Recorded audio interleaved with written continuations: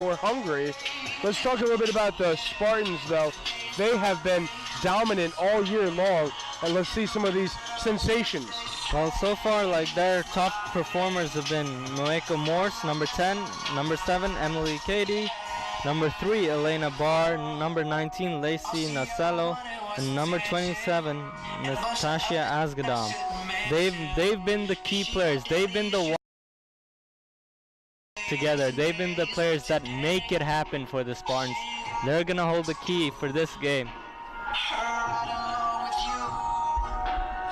So we're about 6.5 minutes away from action. Taking a look at the upcoming schedule for the Spartans here, obviously.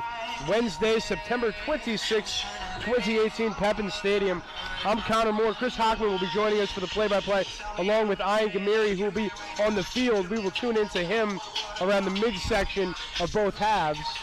But taking a look at the upcoming schedule, Ian, give us a breakdown. We're here against Florida National. Let's take a look at these upcoming, particularly road games ahead. Well, on September 29th, the Spartans will travel to Lakeland, Florida to play Florida Southeastern, and then they'll be back on October 3rd against Rollins College in Tampa, Florida, here at Pepin Stadium. So be sure to catch that one, ladies and gentlemen, because we're in for a cracker then.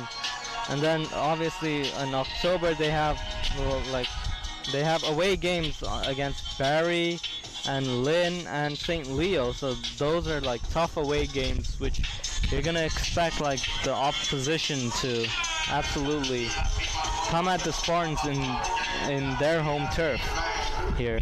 All right, so those of you that are not familiar with the Conquistadors of Florida National, Tampa owns the all-time series 22-3-1, so they've had their number. Ian obviously have the Spartans, and here at home, fully expecting a magnificent performance from top to bottom in this team. But in particular, how about the freshmen, Ian? Talk to us a little bit about the freshmen of the Spartans. Well, so far we have Elena Barr. I think she's a freshman here. She's been pretty impressive throughout the season. She's from Melbourne, Florida. She went to West Shore High School, so I'm assuming that's not very far from here. But she's been great every time she's come on the pitch. She's got great control, great finish. She's been on point every time she's come on. Whatever's been asked of her, she's done that for Absolutely. the coach. Particularly off the bench, Elena Barr has been remarkable. Adding that, Quinn Knapp has been terrific from Boca Raton, Florida. She was a pivotal part in last week's game. It was phenomenal, and adding to that, Lauren McDonald has done a fine job. Germantown, Maryland native on the wing, particularly on the left side, the left wing. She's been great. And then, of course, you can't forget about Moeko Morris, who had that hat trick in Mississippi. So, the freshman phenoms for the Spartans. Yeah, absolutely. Having freshmen in the team, it gives you players to build on from that, into the future, you know? What I mean, Connor, you got people who are gonna, be there for a long time, who's come through you've scouted and stuff, and they're gonna be out there performing for you for the next few years to come. Definitely, as we see the Spartans take the field following a brief huddle in the locker room. They're in their white uniforms. Conquistadors will be in their green. It is a beautiful night here in Tampa, Florida. Thanks again for joining us. We're about 3 minutes away from getting this game started. And the Tampa Spartans have done the job all across the board. Kaylin Burrows on the defense has been sensational, as well as the senior Allie Robinson. And Ian can break down some other players. Emily Cady, the junior, she's been, when she gets in the box, Ian, as a former player herself, what is she going, her vision, in terms of either setting up her teammate for a great look at the net or taking the shot herself? Well, for Emily Cady, she's obviously a forward here, so her goal is gonna be to score goals, because as a forward, that's what you're judged on, the number of goals you score. It's not about the plays you make. That's the midfielder's job. The striker, they're always judged on the number of goals they score. Yeah, they put the exclamation point at the end of the game. And then taking a look, Erica Peterson that midfield line. She's been in on corner kicks several occasions because she's near 6 foot. Yeah, absolutely. Midfielders like her, they're going to be judged on the chances, the number of chances they create, the number of assists they get.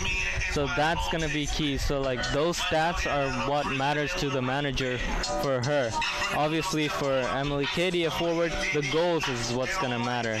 And for Megan Bromwell, it's the as goalkeeper, like she's not mainly a sweeper keeper as what we're used to seeing now these days. I'd say she's more of a shot stopper. Like she commands her box. She stops every shot that's like thrown at her. So she's vocal. So she's gonna be controlling the back line, and she's rarely conceded a goal. So like I'll be surprised if there's a goal scored past her today, especially with the form she's been in. And there's been so many Spartans, just adding to who we already have mentioned. Libby Wiseman, junior midi, another solid piece to this puzzle for the Spartans. Lisa Caprera, senior forward, we've seen her come off the bench and give an extra boost to the team. Taylor Coaster, sophomore defender, she's been joining Kaylin Burrows, that back line, keeping Megan Bromwell comforted back there and the ball on the other side of midfield. And we're taking a look. And give me another analysis on Lacey Masella. We mentioned her, junior defender. She is the X factor, if you will. We've seen her get some yellow cards here, but you gotta like that toughness that she brings. Yeah, you gotta like that. She sets the tone. Yeah, you gotta get physicality in that defense because you need to be physical when you're a defender. You need to be in the attacker's mind. You gotta be in their mind. Like you gotta put your foot in there. You gotta do all the dirty work. And we're 23 seconds away from kickoff with the teams now coming onto the field. I will be handing over to Chris as I will be going down pitch side to get a live report on this game. All right, we'll see Ian in about 20 to 25 minutes or so. He'll give us injury updates and any news from either sidelines. Thank you, Ian. See you shortly. Welcome, Chris. How are we doing today? Hey, doing well. Excited for this one. Nice to take a little break of conference play. Get to see somebody different, you know. So, looking forward to this one. Now for the starting lineups, beginning with the Florida National Conquistadors. We'll meet the starting lineups for both teams. 16, sophomore, Brianna Gomez. Brianna Gomez will be the goalkeeper, sophomore from Miami, Florida. Isabella Martins, defender, 5'6" from Campinas, Brazil. Cielo Masala, defender, 5'7" from Miami. Fiorella Pellegrini Baglio. At midfield, number 8, Pellegrini, defender, freshman. At midfield, number 10, Paula Mejia, sophomore defender from Miami. Marangolis. Got Natasha Marangolis, the freshman midfielder. So Florida National, they're coached by Giovanni De La Rosa, assisted by Aldo Benitez, graduate assistant Theodore Damapalos, also down on the field. A bit of a light squad, the Conquistadors. Definitely look for the Spartans over here. Take advantage and get them tired early. Yeah, I think, you got a light bench that they may be able to interchange, but in the first half they won't be able to interchange. They've got to just one on and that's it. You can't come back off. So big opportunity for the Spartans to take advantage early. Definitely. We meet Megan Bromwell. She'll be starting in goal. She'll hit her 700th minute of the season in the second minute of the game. Katie and Sheridan, no surprise there, two upperclassmen getting the start. Quinn Knapp, one of those freshmen we were talking about pregame, she's been magnificent for the Spartans. Moiko Morris, another freshman. Number 12, senior Nastasia Asgadam. Warm applause for Asgadam. 15, freshman Lauren McDaniel. McDonald, the freshman. Number 16, junior Libby Weissman. Libby Weissman. On defense, number 18, sophomore Rennie Tyrwell. Rennie Tyrwell getting the spot start here, so we'll see a lot of different faces tonight for the Spartans. Lacey Nacella wearing that knee brace on her left leg. We saw her get bumped a few times last week, but she is just such a grinder on the field. She is relentless and makes getting comfortable very difficult for opposing attackers. Yeah, she didn't let it stop her at all last week. I don't think it'll let her stop it this week. But we'll pause right now for the anthem, and I'll come back with some thoughts on that lineup. Being sung by Amanda Cohen, a freshman here at the University of Tampa.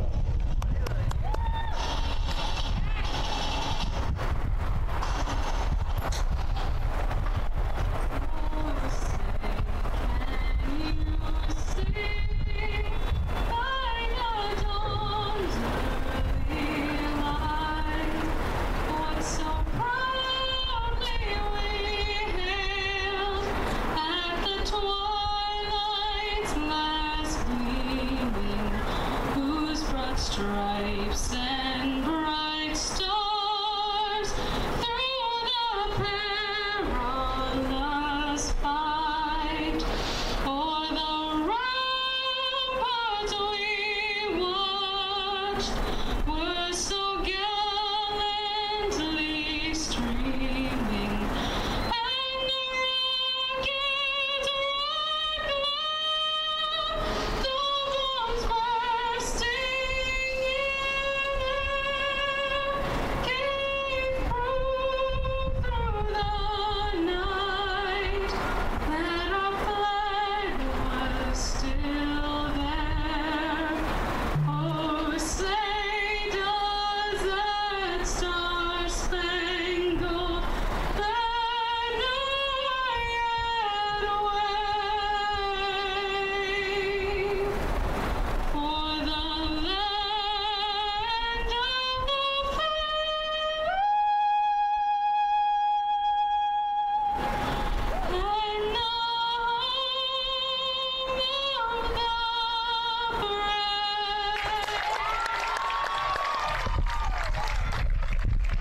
Welcome back to Pepin Stadium. For those of you just joining us here, we have a nice matchup for the Tampa Spartans. They'll be opposed by the Florida National Conquistadors, Connor Moore. This is Chris Hockman. Will have Ian Gamiri on the field. But Chris, this is a real prime matchup for the Spartans to get a different look at multiple rotations here. Yeah, it's exciting. I like that they've gone full strength though with that starting 11. You know, it may have surprised me a little bit, but they've gone with a full strength 11. So expect them to put the pressure on the Conquistadors early. They'll want to get a goal early and really calm things down. You know, there's a small bench like we were talking about earlier for the Conquistadors. Just, I believe it looks like 4 on it plus a goalkeeper. So it's going to be tough for them, and it's hot. It's real hot early on. And so it's going to be a difficult time for the Conquistadors early. I expect Tampa to really put the pressure on early and go for it. And then start to move to that lineup. But it's a professional lineup put out here. It's professional from Coach Statalski to really go for this from the opening whistle and not sit back and wait. So looks like Tampa are going to have the kickoff. They're going to be in all white. They're going to go from left to right on your screen. Conquistadors in the predominantly green. They're going to go from right to left on your screen in this first half. Chris, you mentioned the excitement, the Spartans coming out of that huddle. The faces were lit up there. Everyone is excited here. We have a crowd continuing to fill in here on a Wednesday night here in Tampa, Florida. Thanks again for joining us. We're just moments away from soccer here as we begin our 45-minute first half. Yeah, it's exciting to see a different look, a different team. Like we said, you know, this is a non-conference game, so it's always good to test yourself against somebody else, and for Spartans a chance to maybe bang some goals in, get some different sources here. We'll have Katie and Morse to kick things off here. Just waiting for the official signal. There it is, and this game is underway. Nastasia Azkadam setting up Alexa Sheridan. Of course, getting goals today is going to be big for the Spartans coming off that scoreless draw they had on the weekends against Palm Beach Atlantic on the road. Good to get back home, but they'll want to get goals as well. knock out that scoreless draw. Of course, the Spartans top of the conference right now with a 2-0-1 record. Partly because Barry's only played 2 games, but still top of the conference. Spartans now wasting any time. A header from Katie that set up Morse, and that one was an awesome opportunity. Spartans just miss out. Yeah, just not enough power on it, There was the chance there. Maybe could have taken a second touch there, Morse, but probably the right thing to take the volley. Just would have liked a bit more power behind it. But, we're 50 seconds into the game? It's not bad to get a side at goal 50 seconds in. Conquistadors, the risky pass, and Katie presenting trouble there.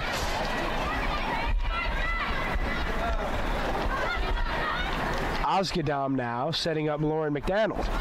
Pushing up the right wing are the Spartans. McDonald, fancy footwork, and this one will remain in play. Be cleared for a throw-in for Quinn Knapp.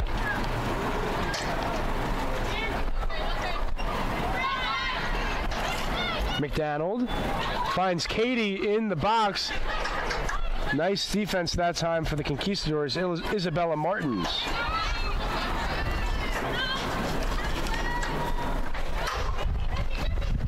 Osgadam swarming the Conquistadors as they cross midfield now. About 2 minutes into action. Nothing doing on the scoreboard so far. Be a throw-in now for the Conquistadors, Paula Mejia.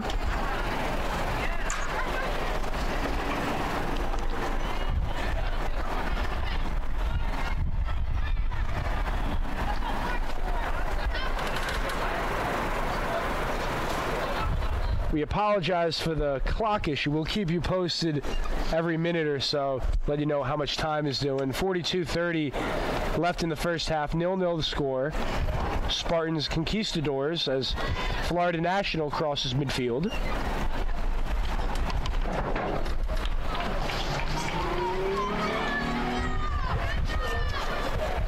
Yeah, good passage here for the Conquistadors as they try and get something going here. I mean, if they could snag a goal, they've got a good goal-scoring record. They're scoring 3.25 goals per game so far this season. That's more than the Spartans at 2.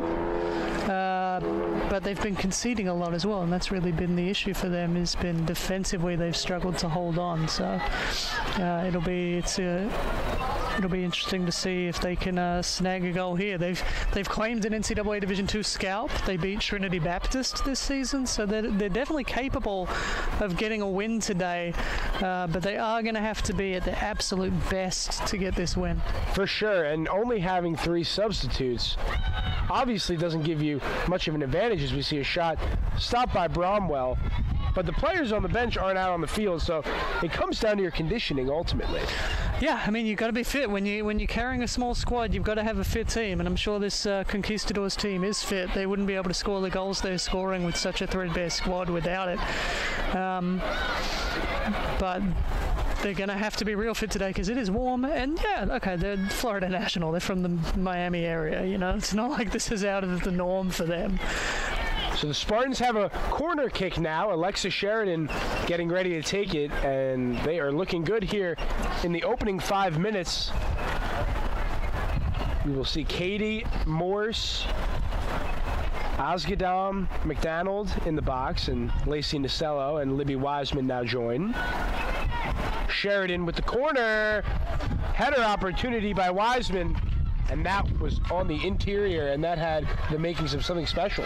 Yeah, Brianna Gomez does well to stay behind it. Even when she gets the punch and spills it a little bit, she stays behind the ball, so she's not going to lose out on that one. She's allowed 14 goals this year, but she's made 45 saves.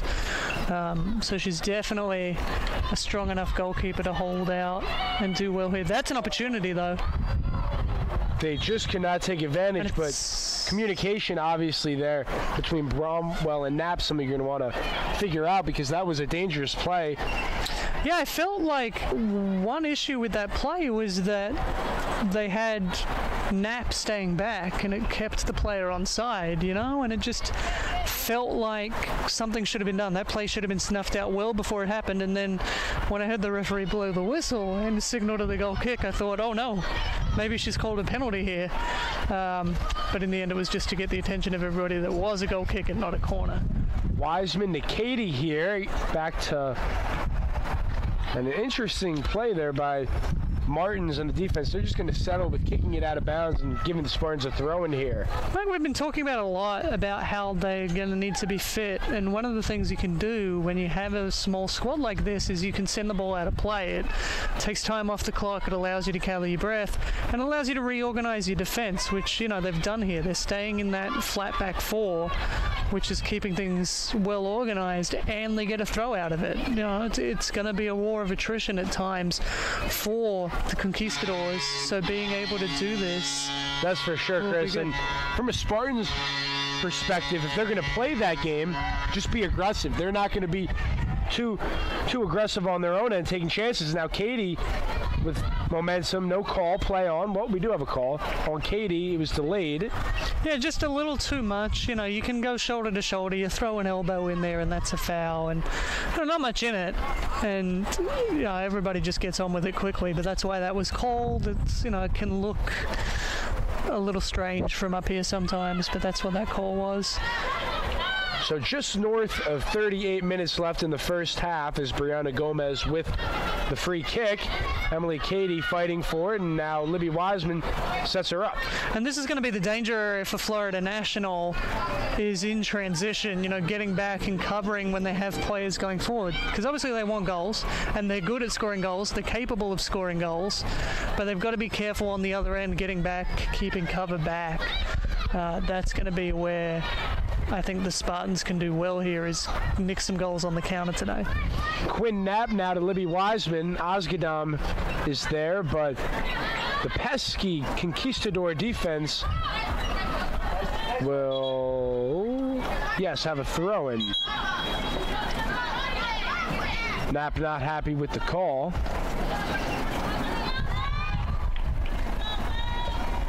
.37:20 left in play.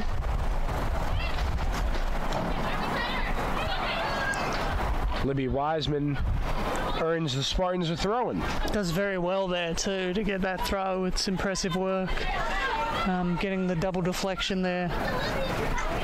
And well done by the assistant to spot it. Those can be hard to see. Kaylin Burrows with a nice header there to Lacey Nacello.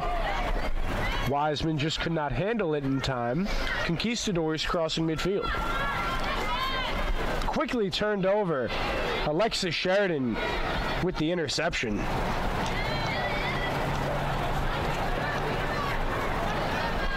Conquistadors having trouble keeping possession here. They get a steal and just cough it right back up.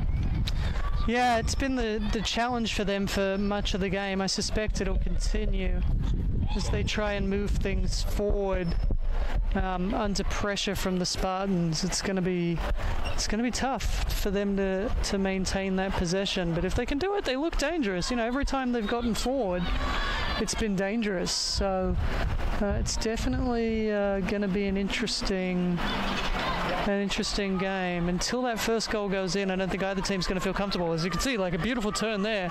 There's definite talent up front, and the question is whether they can turn that and produce a goal. Yeah, and Florida National, they're coming in here with the mentality, let's make a monster upset over here. From Hialeah, Florida, not too far away, so not an environment they're scared of. Yeah, I mean, it's not going to be strange. This heat's not going to be difficult for them. Almost all their squad comes from Miami. Those that don't come from even hotter places like Brazil and Colombia, so it's not going to bother them, this heat tonight. That one escapes Wiseman's attempt, and it'll be a goal kick for Brianna Gomez. We have 35 minutes left of action. Nothing doing on the scoreboard. Chris Hockman, Connor Moore, and Ian Gamiri we'll see in about 10 minutes or so. He's down on the field.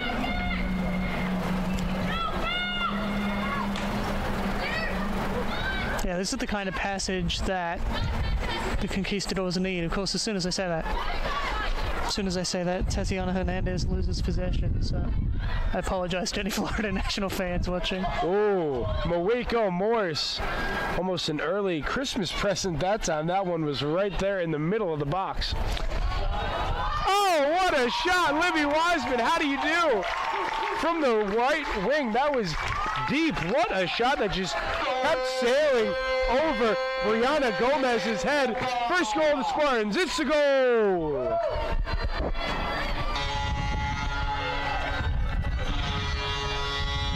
It comes in the 12th minute of action for Libby Wiseman.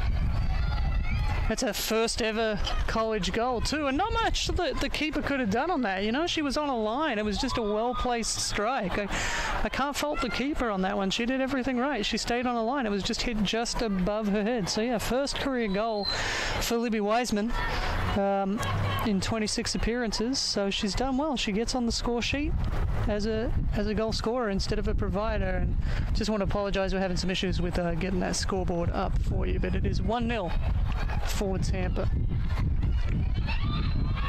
Hopefully you have it now. Nope.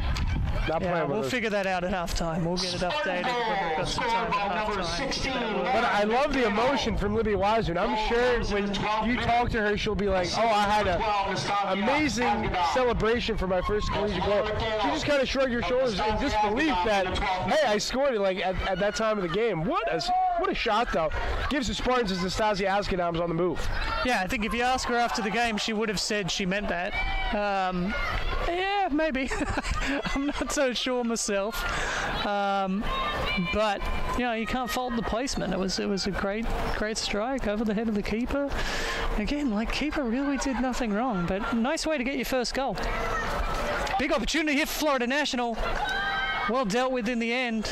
Rennie Taiwa with the steal, but Brianna Gomez only 5'6". She would have needed to be 6'6" to make that save. Yeah, she's perhaps a little short for a goalkeeper. I say that as someone that's 5'7". Libby Weissman. You know, and played goalkeeper, so I'm not gonna knock someone for being under 6 foot and being a keeper, but it is a rare breed of us that are shorter than 6 foot and playing goal. But yeah, she stayed on a line and just fractions of an inch above her head. Yeah, I just got to tip your cap at that point. And following that, Alexis Sheridan saw what Wiseman did, and she tried to do it herself, just went over the crossbar.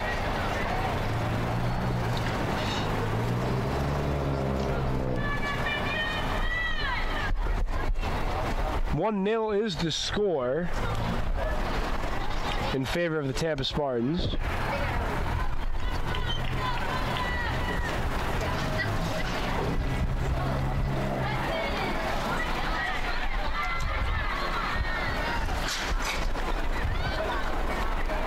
"32 minutes left of action."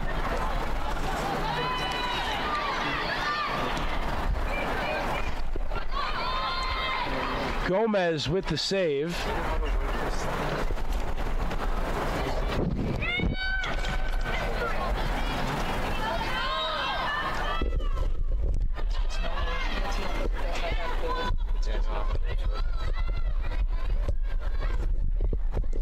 Emily Cady, valiant effort there. Now Mawiko Morse has it, and what? Oh my goodness! What a save, but what a shot too. That was all around great play. That's just great football, you know.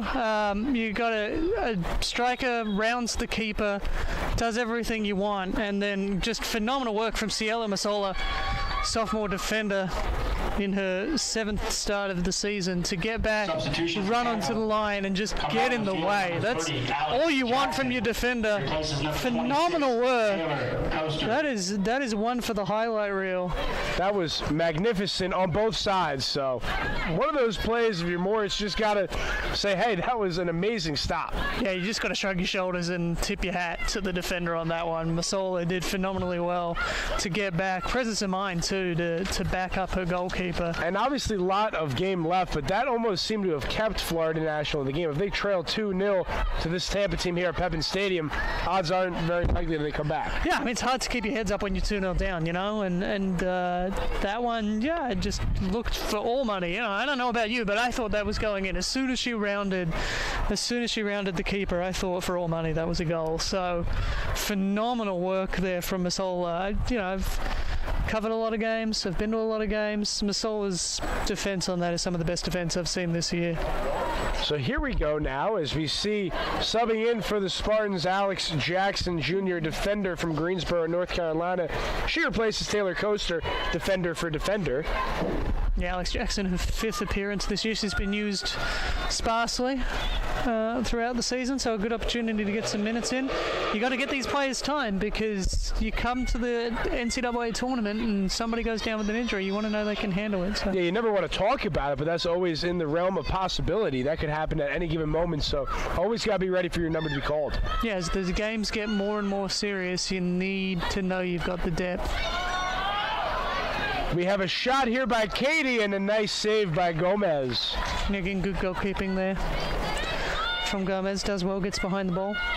Yeah, Jackson transferred from the University of Louisville last season, so didn't see much time there either. I was hoping to see a little more time this year and maybe a little more time in the in this game than Spartans fans, it's time for our Wheel of Sparta. Look for our marketing staff to guess the number of the UT Spartan player that you land on.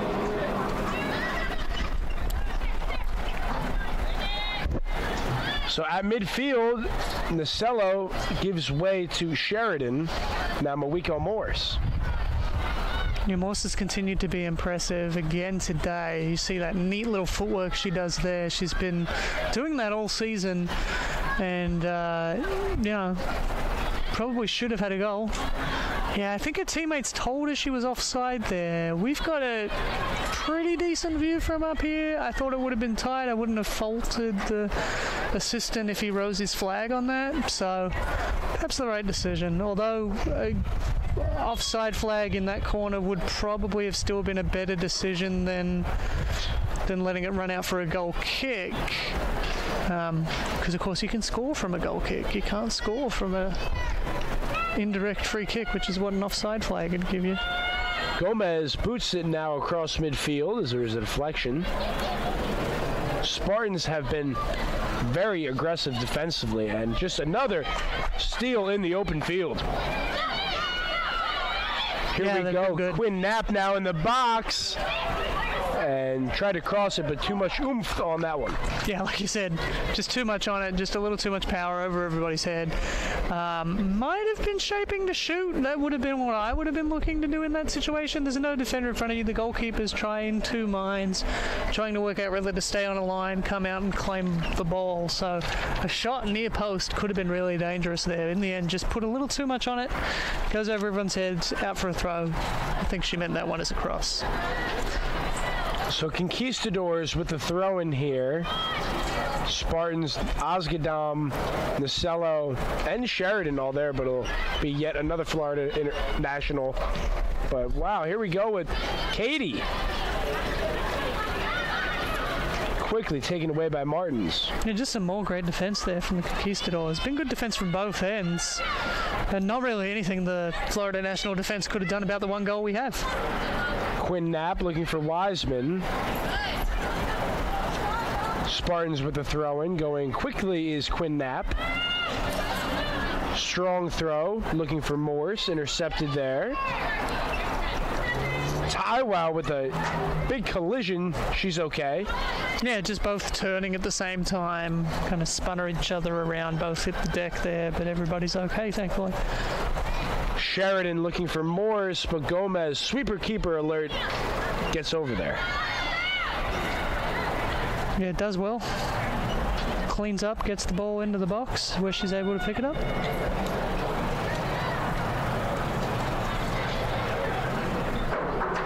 So in about a minute or so, we're going to go down on the field with Ian Gamiri. He's going to go through that Libby Wiseman goal from the right wing a little bit and give us a glimpse of what's going down on the sidelines. as Quinn Knapp setting it up just over the head of Sheridan. Yeah, more big opportunities here for the Spartans. Things are looking good for them. They'd want to get that from 1 to 2 pretty quick, though. You feel like, you know, the Conquistadors have shown at times that they're dangerous going forward, and it's only a matter of time before that pays off eventually. So it'll be a goal kick now for Brianna Gomez. We're going to go now to Ian Gamiri on the field, take a look at the Libby Wiseman goal and see what is going down on both sidelines. Ian, to you.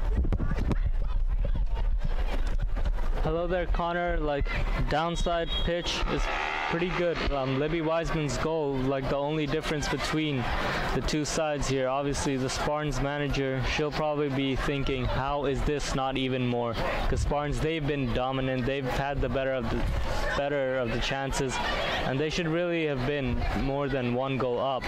But the opposing team here, they haven't been that out of it. They've actually been able to give a strong fight here for the Spartans.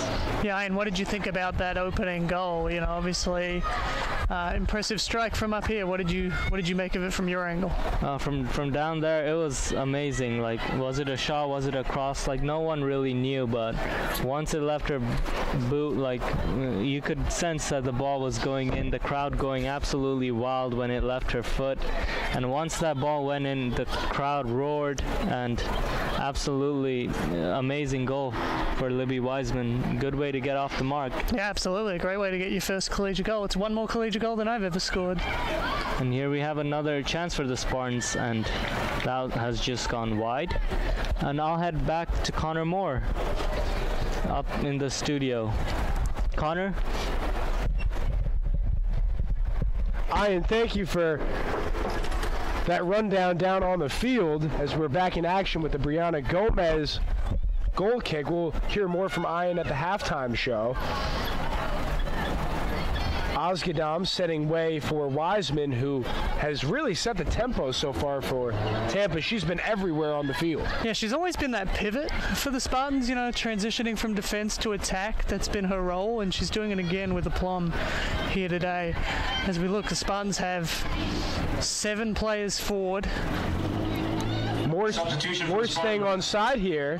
On the field, number 27, Julia Detweiler. As we have Julia Detweiler. Number 19, Lacey Nasello. Replacing Lacey Nasello on the field. And we will see one of the few subs get ready for Florida International here. So. Yeah, we talked about having 7 players forward there. That was almost too many. They just seemed to get in each other's way, a lack of communication, things like that.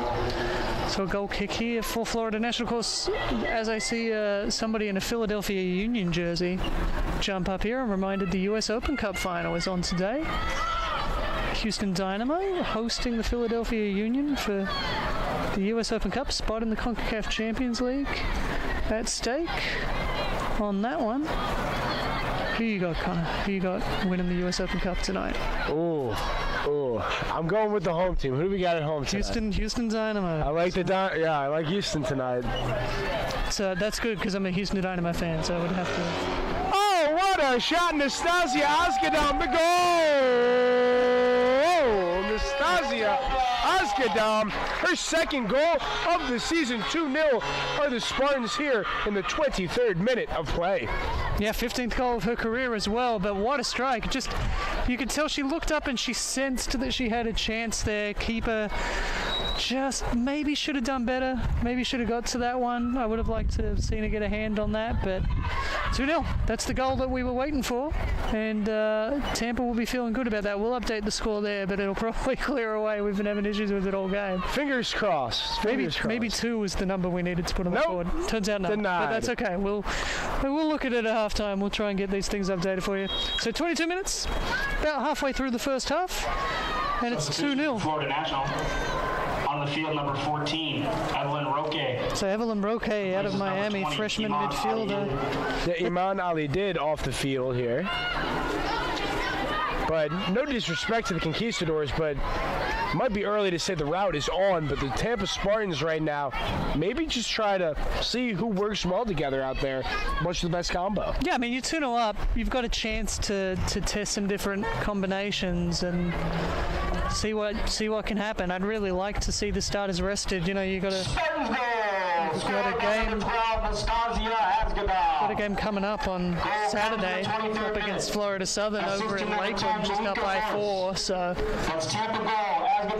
we might also see from the Spartans perspective, Louisa Kamel from Sweden come in net, maybe rest Megan Bromwell.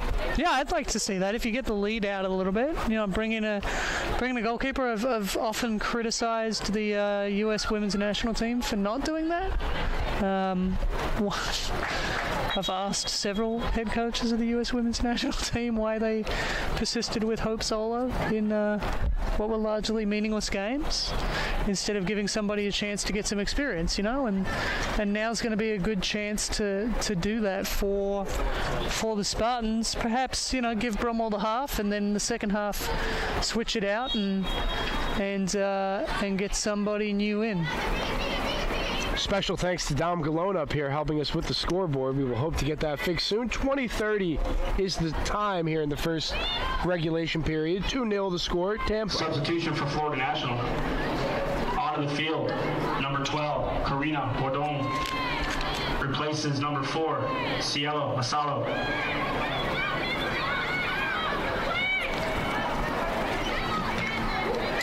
Nastasia Osganon with the denial here, and Libby Wiseman on the push from the right wing.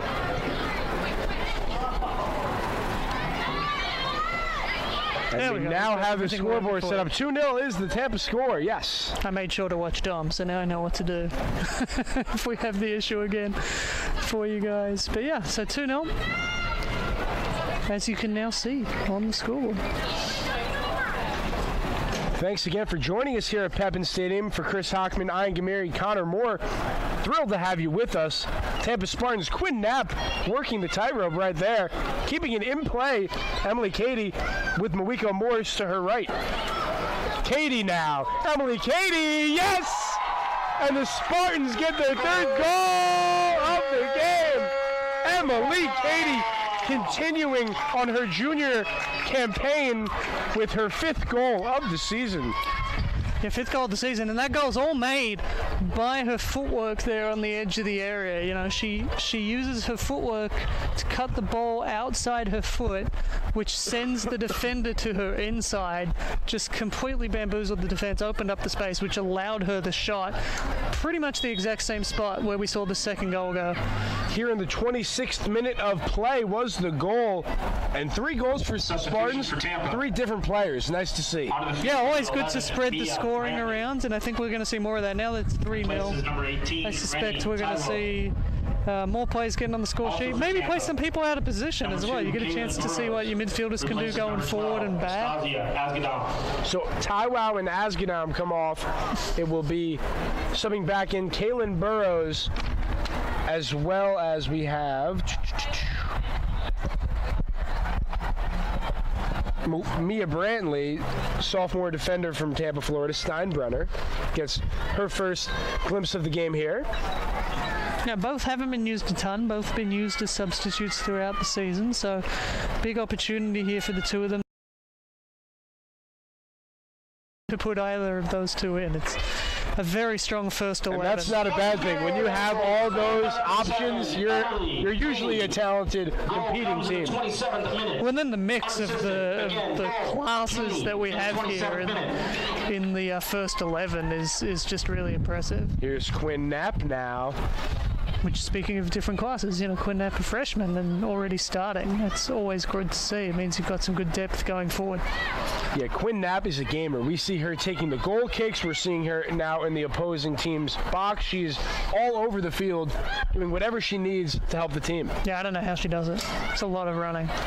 It's been a long time since I've run that much. Knapp now crossing fields, intercepted by the Conquistadors, but almost stopped by Sid Greiner, the junior from Trinity, Florida. Yeah, it's almost like the Conquistadors panic a little too much when they get the ball, you know, and maybe it's the scoreboard doing that to them, but God, they're better than that. They really are. And maybe at some point now, being this is their 10th game of the season, they do look gassed out there. Maybe the wear and tear of not having the substitutes and the luxury that the Spartans have, it might be starting to wear on them at the moment. Yeah, and they're gonna, that's big school, small school kind of thing. Tampa's a bigger school than Florida National, and so there's more depth. You're able to get a bigger pool, and Florida National just don't have that luxury, So, but no, they've made a better accounting of themselves than the 3-0 scoreline looks. They could have opened the scoring very early on. There was that opportunity. And yeah, between Bromwell and Knapp, they almost had a gimme there, and luckily for the Spartans, the defense held up. And they can score goals. I wouldn't be surprised to see them pull a goal back now. At 3-0, you know what? Go for it. Yeah, they'll start to take some chances, as we're seeing a lot of the Spartans now trying to find their rhythm out on the field. Why not? So 3-0 game right now, 16-15 left to play. Yeah, we just see 4 Spartans sub in. That's a great opportunity for Florida National to go ahead and take advantage, get some So when we last talked to Ian, it was 1-0 was the score, just with a Libby Wiseman goal. So we'll go right back to him. Down. Go back to him on the field quickly. Ian, what are you seeing out there? We saw Emily Cady most recently scoring, and then we saw prior to that Nastasia Askedam. Tell us about those 2 goals, Ian, please. Well, Connor, both goals, different ways they were scored. Like as Askedam's goal, it was sheer power in her strike that which flew past the goalkeeper, and for Katie's goal, it was just pure skill, dribbling her way through that defense, weaving through and getting the third and more important goal-killing game. And absolutely, and here, as you see down on the touchline, you see more substitutions going in for the Tampa Spartans, whereas the Florida National, they've only used 2 substitutions throughout this whole game.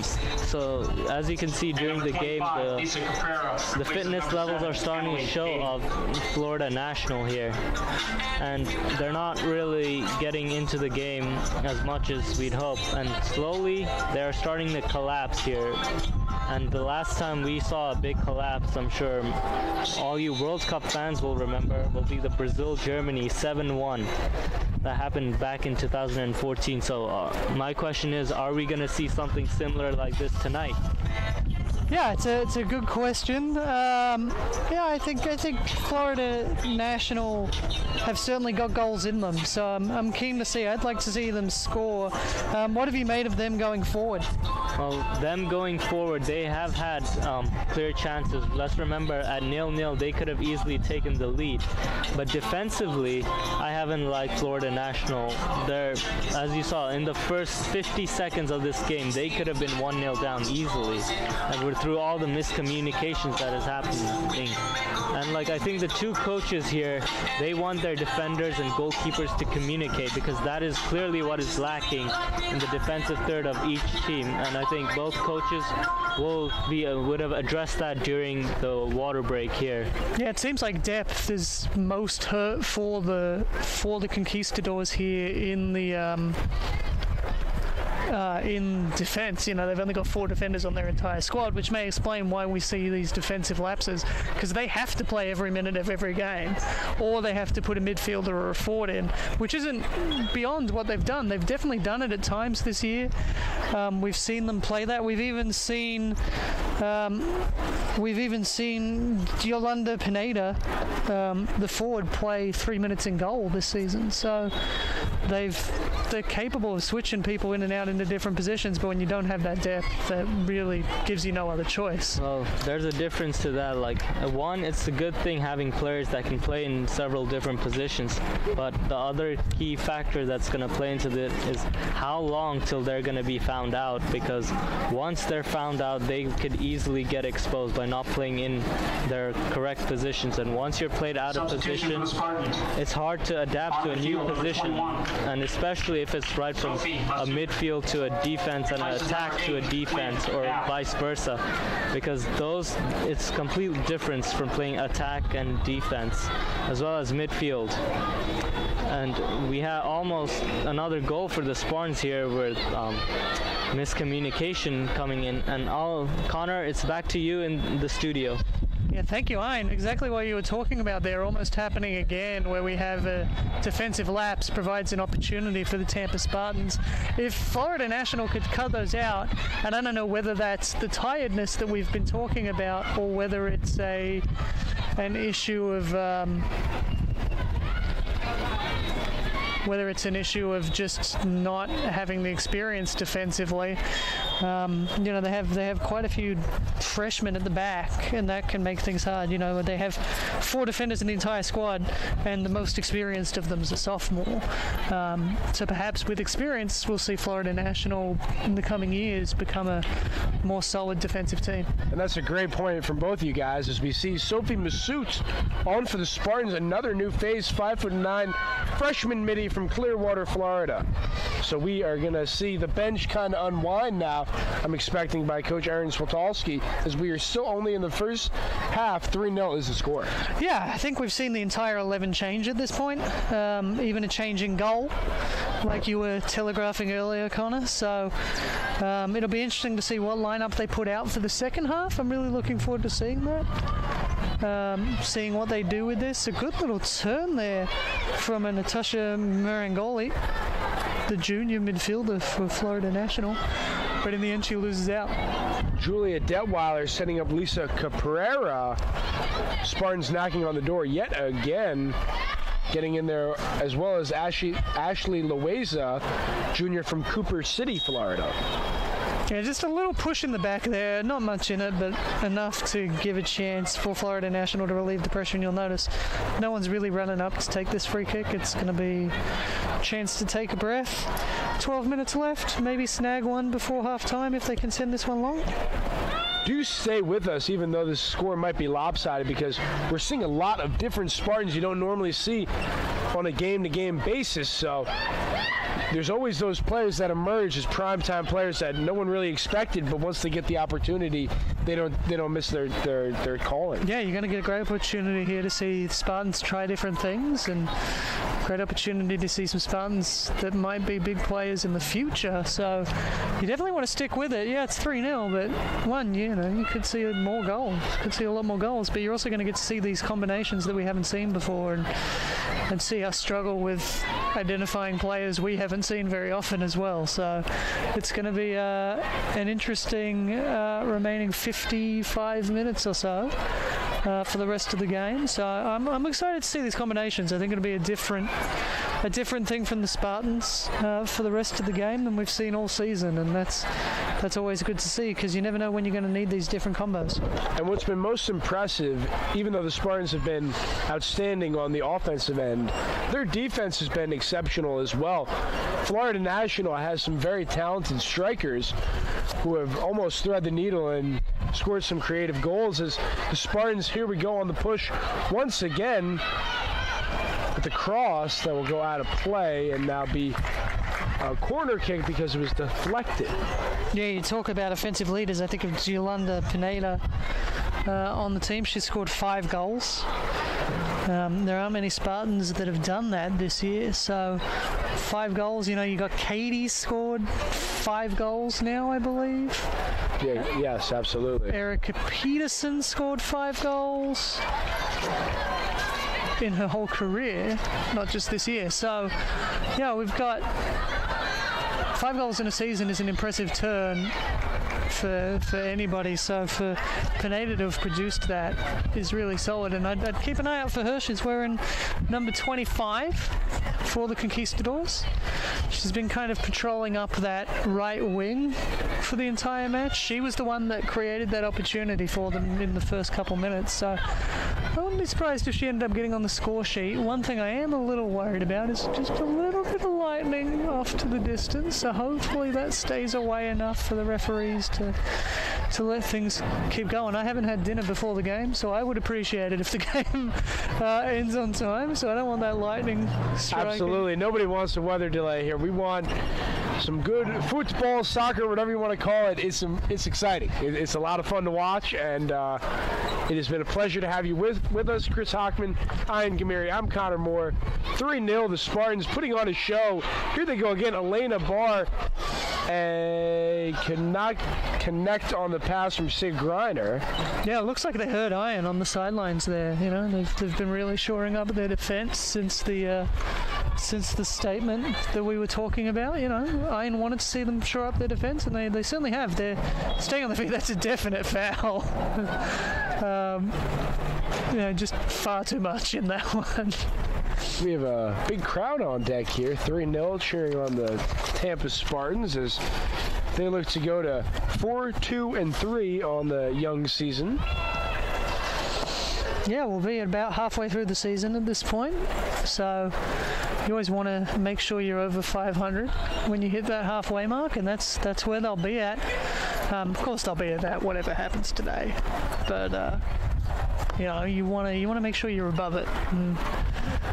And so far, so good for the Spartans. But, you know, I've seen stranger things. I once saw a team score 31 goals. So, stranger things have happened than Florida National coming from behind here, you know. Speaking volumes just to how thorough and amazing the bench has been. We're seeing a lot of starters a lot of times maybe zone out here, but no, they're actively cheering on their teammates. They want to see them do well. They practice with them every day. It's the family aspect we're seeing here, and that's what makes a championship team. Yeah, you always want to see your friends succeed, you know. I like seeing my friends succeed, and that's what these Tampa Spartan players want for their teammates. You know, they're not just teammates; they're friends, and they want them to do well here because it's a big opportunity for them. You know, getting all these extra minutes with the score at 3-0 so quickly. It's a big opportunity to go out and stake a claim for more time and show what they can do. I'd love to see one of these bench players get a goal. We've already seen a first collegiate goal. I'd love to see another first collegiate goal here. We have a free kick on the Spartans side of the field for Florida National. They're still looking for their first goal of the evening. And almost getting it there. Bromwell will just let it go out of play, and she'll have a goal kick. I believe that's Camel in goal now. Lavisa Camel. I believe they made the change, unless she just went off for some water. Nope, you're right. It's Brummel. She just went off for some water and to confuse me. That's what that was. That one's tailing to the right from Quinn Knapp, but the Spartans will get a throw-in out of it. Be Sid Griner, junior from Trinity.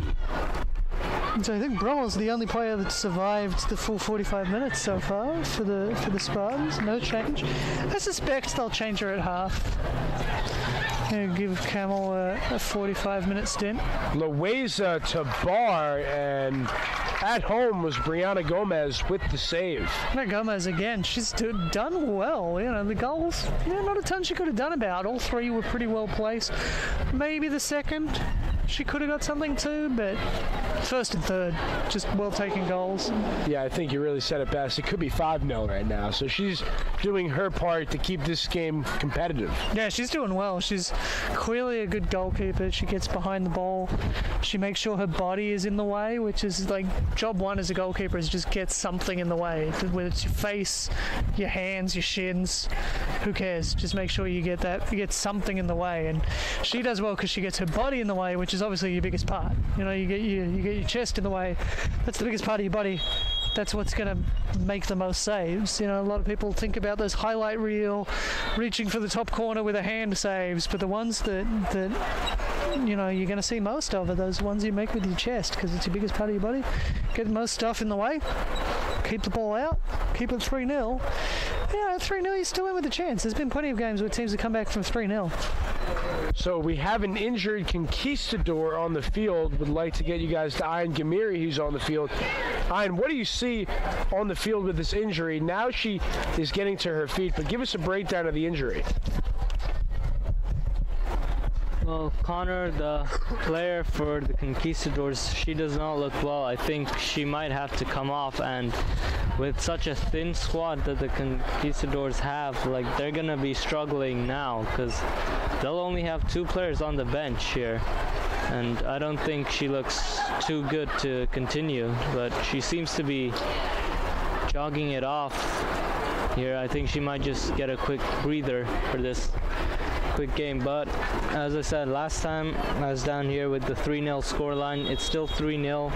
Spartans still in control here. Like, I don't think the scoreline's gonna change. Another shot coming in, and a great save by Gomez here for Conquistadors. I mean, she's really doing her part in this game.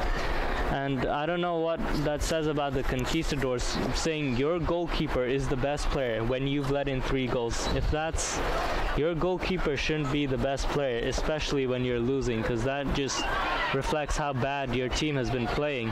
And I mean, full credit to the Spartans, though. They've been absolutely phenomenal controlling the ball in midfield. And I think what they really should be asking themselves here is, how is this not 5, 6, 7-0 right now? Because they've had their chances. They really should be way further in front. I think that's the only thing their coach is going to be talking to them about at halftime. Yeah, I think you said it best. The answer for that question of why isn't it more is Brianna Gomez. In the goal, she's done phenomenally well. She's passed 50 saves for the season, which is a stunning stat for a whole season, let alone 10 games into a season. You know, averaging 5 saves a game, and she hasn't played every game, so she's missed some games. She's only played 8 of the games so far, I believe, and she's only played 6 of the games so far. So she's averaging almost 10 saves a game. It's, you know, she's done very well, and she's showing why she has that many saves, because she's doing well. But like I said, I'd like to see her get more support. She's just not getting all the help she needs. She's definitely one of the best goalkeepers, maybe in the Sunshine State Conference. Like, do you fancy seeing like one of the big teams coming up and poaching her from Florida National? Yeah, I'd love to see an SSC team take her. She's definitely good, and you know, Florida National's an NAIA school, so you know, if there's a chance to pick her up for an NCAA D2 school, I'd jump on it. But at the same time, you know, if you're getting a great offer from Florida National and you don't have to leave college with debt, you know, can't blame anybody for taking that offer. I know I would. Yeah. And another shot cross there from another Spartan player, but like, if she were to go to a team, like, she'd probably have good defenders here in front of her, like, who'd back her up. But obviously not everyone can be a David De Gea or a Manuel Neuer.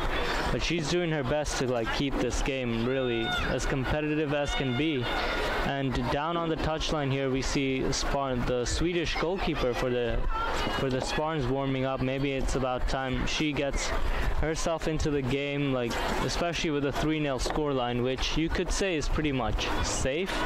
So like, give her a chance in goal, give her some game time, let her feel the NCAA championships as another shot comes in. And with that, I'll go head back to Connor Moore with 2 minutes and 25 seconds left of the first half.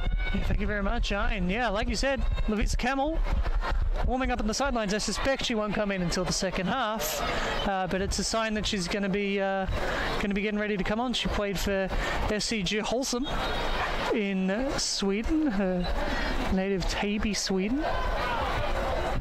Yeah, thank you, Ian. Back here, we have 2 minutes left of action. 3-0 the score in favor of the Tampa Spartans. And taking a look at the lineup right now, a lot of players who usually do not come in too often, so it's a good place for players to get reps and for the normal daily starters to catch a breather. Yeah, get them a breather, and you know, these players aren't used to coming in this early either, so it's good for them to get this experience. Like Ian was saying, you know, get experience ahead of the NCAA championships. You know, Tampa, so far, they're on track to make the NCAA championships, so you want to make sure your depth is ready, because it's going to be tested. You're going to play some good teams, and yeah, they're going to play a nationally ranked Barry shortly, but there's going to be bigger tests. There's going to be tests just as hard, if not harder, than Barry. And if you want to win a national championship, like the Spartans have done in the past, you got to go out there and you got to beat great teams. And to beat great teams, you got to have great depth. And we were talking about that in the pregame. 3, 2, and 3. You might look at that number and not think much of it, but when you analyze and really take in the teams they played, the caliber of those out-of-conference teams, they went all the way up to Mississippi, played 2 ranked teams up there, so that pays dividends at the end of it when you get into, as you guys mentioned, postseason play. Having those games under your belt, that's when it pays off most. Yeah, I mean, getting a 3-1 win over Mississippi College out there, They had a 1-1 draw with Lenore Rhine, a 4-4 draw with West Alabama. These are good teams. And that's what you want in your college slate. You know, we talked about it at the Nova game. You know, they came in, they had a poor record when they played Nova to open the conference, and now they're here with a big opportunity to get some better results and keep working. And they've been so far showing why you play those tough games, because they've been winning and doing well at the start of SSC play. So perhaps one last opportunity here for the Conquistadors to get on the board, and they do!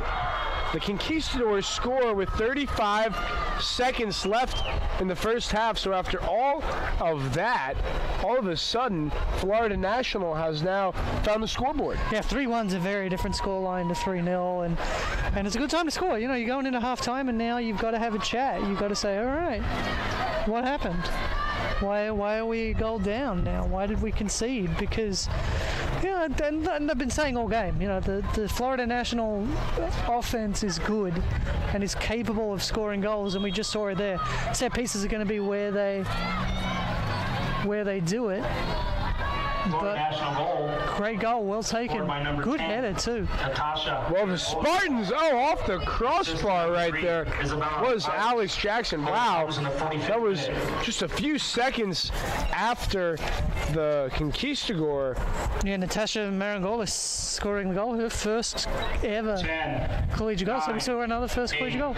7, Oh, Brianna Gomez 5, met Elena Barr at the middle of the box, and that will conclude the first half of play. 3-1 the score. Tampa over Florida National. In just a minute, we'll go down to our halftime show. Ian Gamiri will be coming to the booth to talk with Chris and I about the first half, as we have about 15 minutes or so until we start the second half of play. So, Chris, what did you think? Obviously, the first 44 minutes, it was all Tampa. But, hey, that last minute, Florida International, they played the better minute, and they got a goal. Yeah, you only need one chance, you know, to score, and they took it. You know, a set piece, sent in, well-taken header. And, you know, sometimes that's what you need. And now they can go into halftime, and they can be hyped up and get each other excited and go, okay, we got to go. We got to go against Tampa, who's one of the best teams they've played all season. Let's go. Let's get 2 more. Let's force it to overtime. So, great time to score for the Conquistadors, and I'm keen to see how they come out for the second half. And let's recap real quick. Libby Wiseman scoring her first collegiate goal for the Spartans. That was the first. Nastasia Askedam getting the second. And then, hey, who other than Emily Cady? She's just continuing to rampage in her junior season. She's taking her game to the next level. And at this point, only being a junior, you got to think she might still have more potential at this point. It's crazy to say because she's playing at such a high level right now. Yeah, absolutely. I mean, you can go forward all the way. You know, you really get to be your best when you're becoming into that senior season. That's when you're going to play your best soccer. So to be doing so well in a junior year, that's great. Next item, a form of identification. So we're getting the crowd involved here. Nice to see from the athletic marketing crew.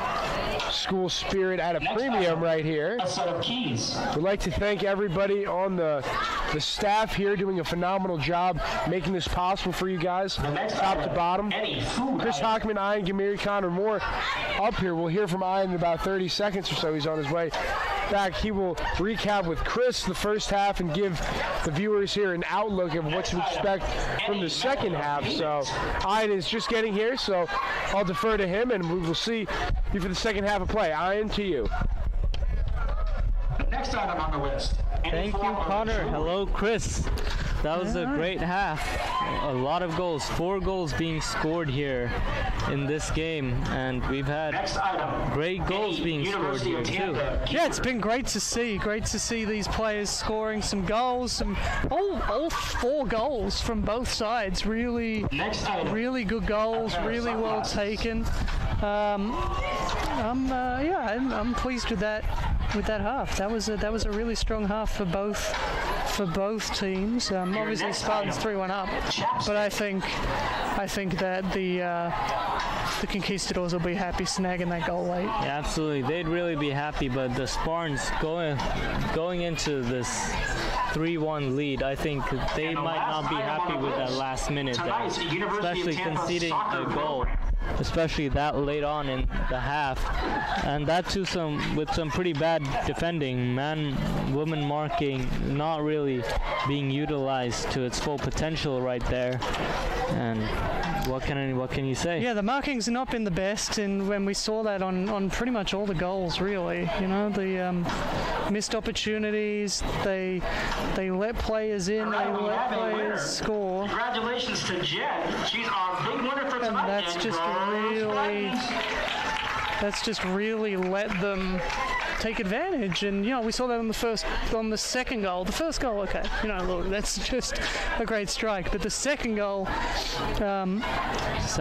yeah, you should see more players should be closing down the player about to take the shot. Like Asgadon there, she was offered all the time in the world to set herself up and smack the shot, and which she did very sweetly into the bottom left corner of the goal, making it 2-0. And then the third goal, like, it was just great dribbling by the player, like Messi-esque if you would like to call that, and slotting it away past the keeper. I mean, and obviously they should really be defending better in this game. Yeah, they've certainly had opportunities to defend well, and they just haven't really lived up to it, and that's been unfortunate from the Conquistadors, and it's really why they're 3-1 down. You know, it's definitely not been any fault of Brianna Gomez in goal, and she's had a phenomenal performance, I think, despite the scoreline, despite what you may think. She's had a great game. Well, like, if you're a rival of the Spartans and you're seeing this game right here, will you be smelling blood for this at the Spartans, or would you be fearing them a little bit? Oh, I mean, you've got to take the whole body of work, right? And so the Spartans throughout the season have been a team you'd be worried about. But today, yeah, you'd think, okay, maybe they should have put more in, but we'll see. There's still 45 minutes of football to go. And 45 minutes, you know, they put another 4-5 in.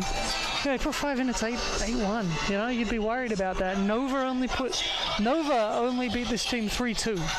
So, yeah, if you're a rival in the conference and you're looking at this, you're going, okay, Nova won 3-2. Let's see how much the Spartans score, and if they can put another couple in, I'd start worrying. I'd start being real concerned about where this could go. Yeah, 3-1 is a complete different scoreline to 3-0. Like, especially in not just NCAA game, but take for example, like, the biggest difference one goal can make is a UEFA Champions League or UEFA Europa League. When you're the away team, the away goal is very crucial. Obviously, that doesn't come into play here, but a goal is a goal, and it's really gonna boost Nova's, Florida Nationals' confidence going into the second half, isn't it? Oh yeah, absolutely. Having the goal and scoring it when they did, you know, scoring it right before the half, you get to go into half time and go, all right, we got to go. Let's go get another one, because we know we can do it now. You know, knowing you can do something helps you out. Like, I know I can do this because I've done it before.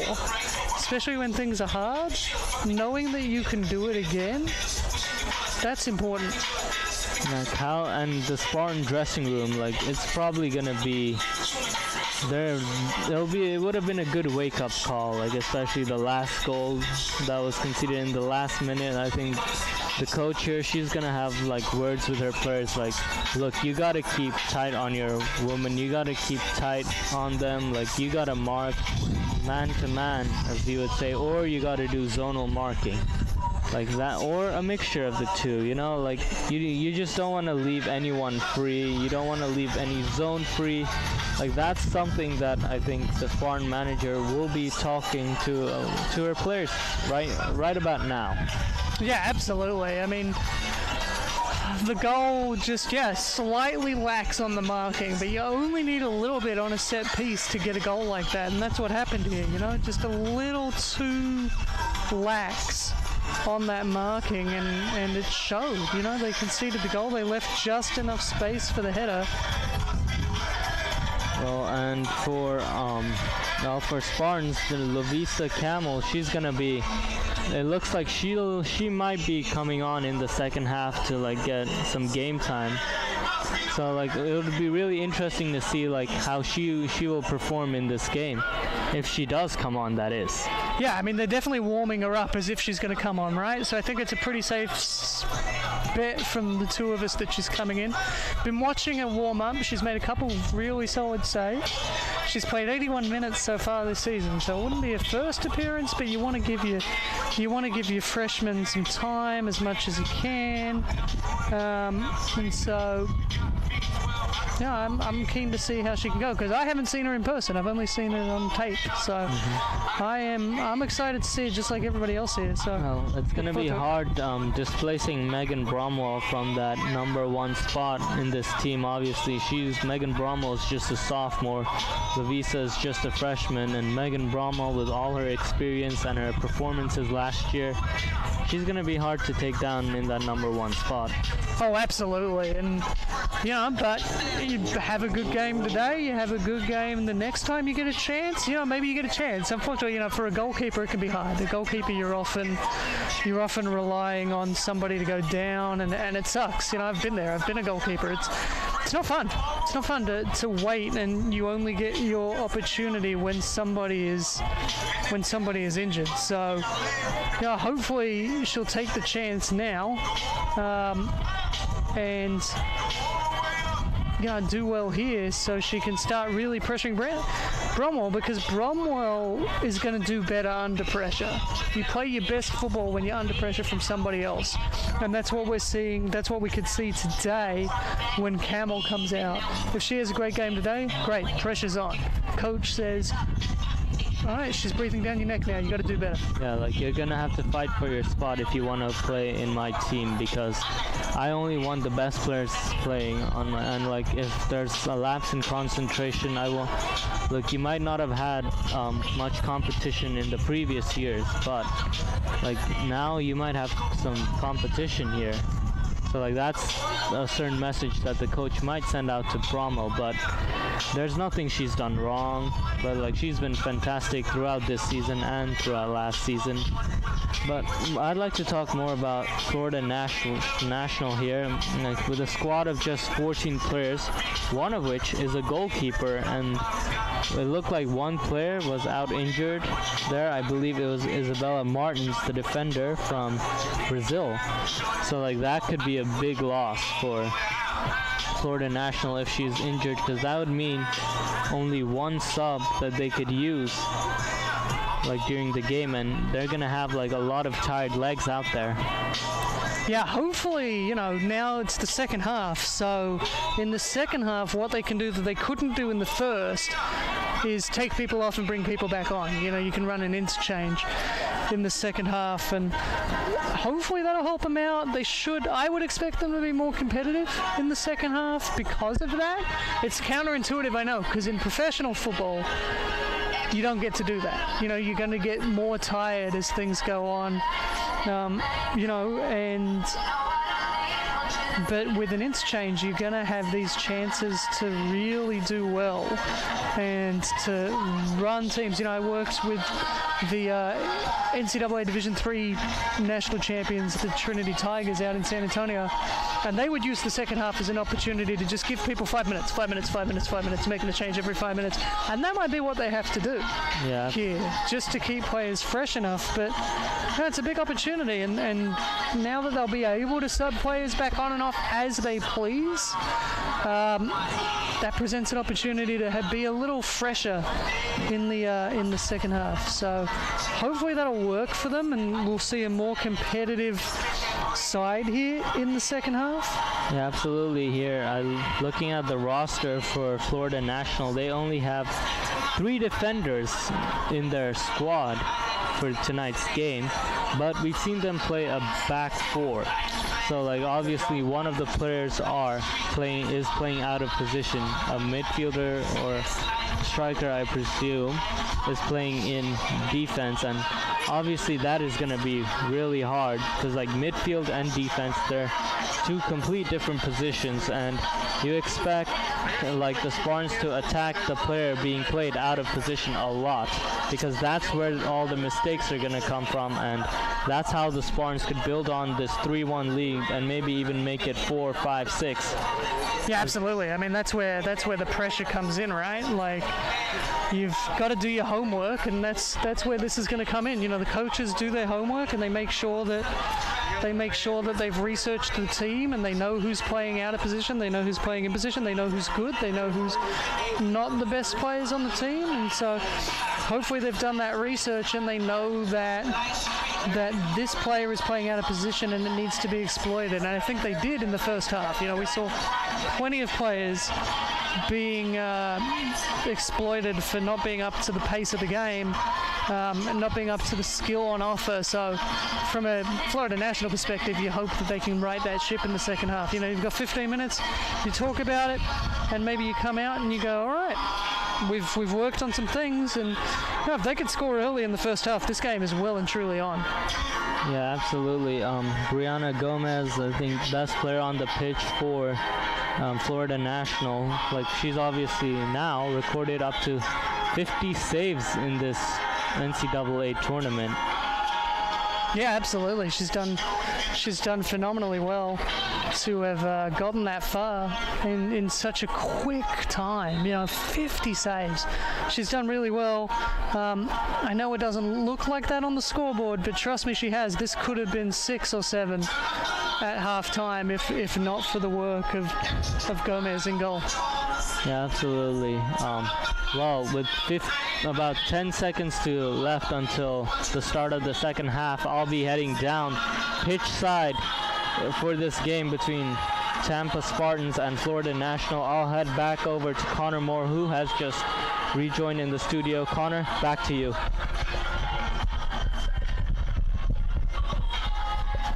Yeah, we're getting close to the start of the second half. Teams are coming out on the field as Connor gets back into the booth with me here.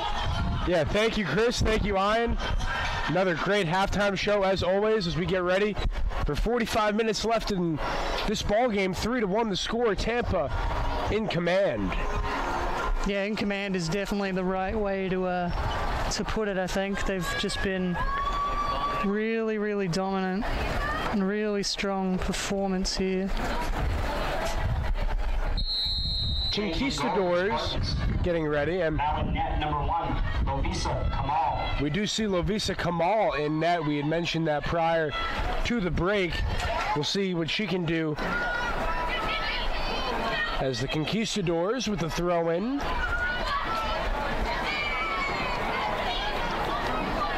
Spartans with Kaylin Burrows there. A lot of new faces on the field for the Spartans. We'll get you them. Alex Jackson is out there. We also see Julia Detweiler on the field now. Cameron Johnson, as well as Robin Ann Whitaker.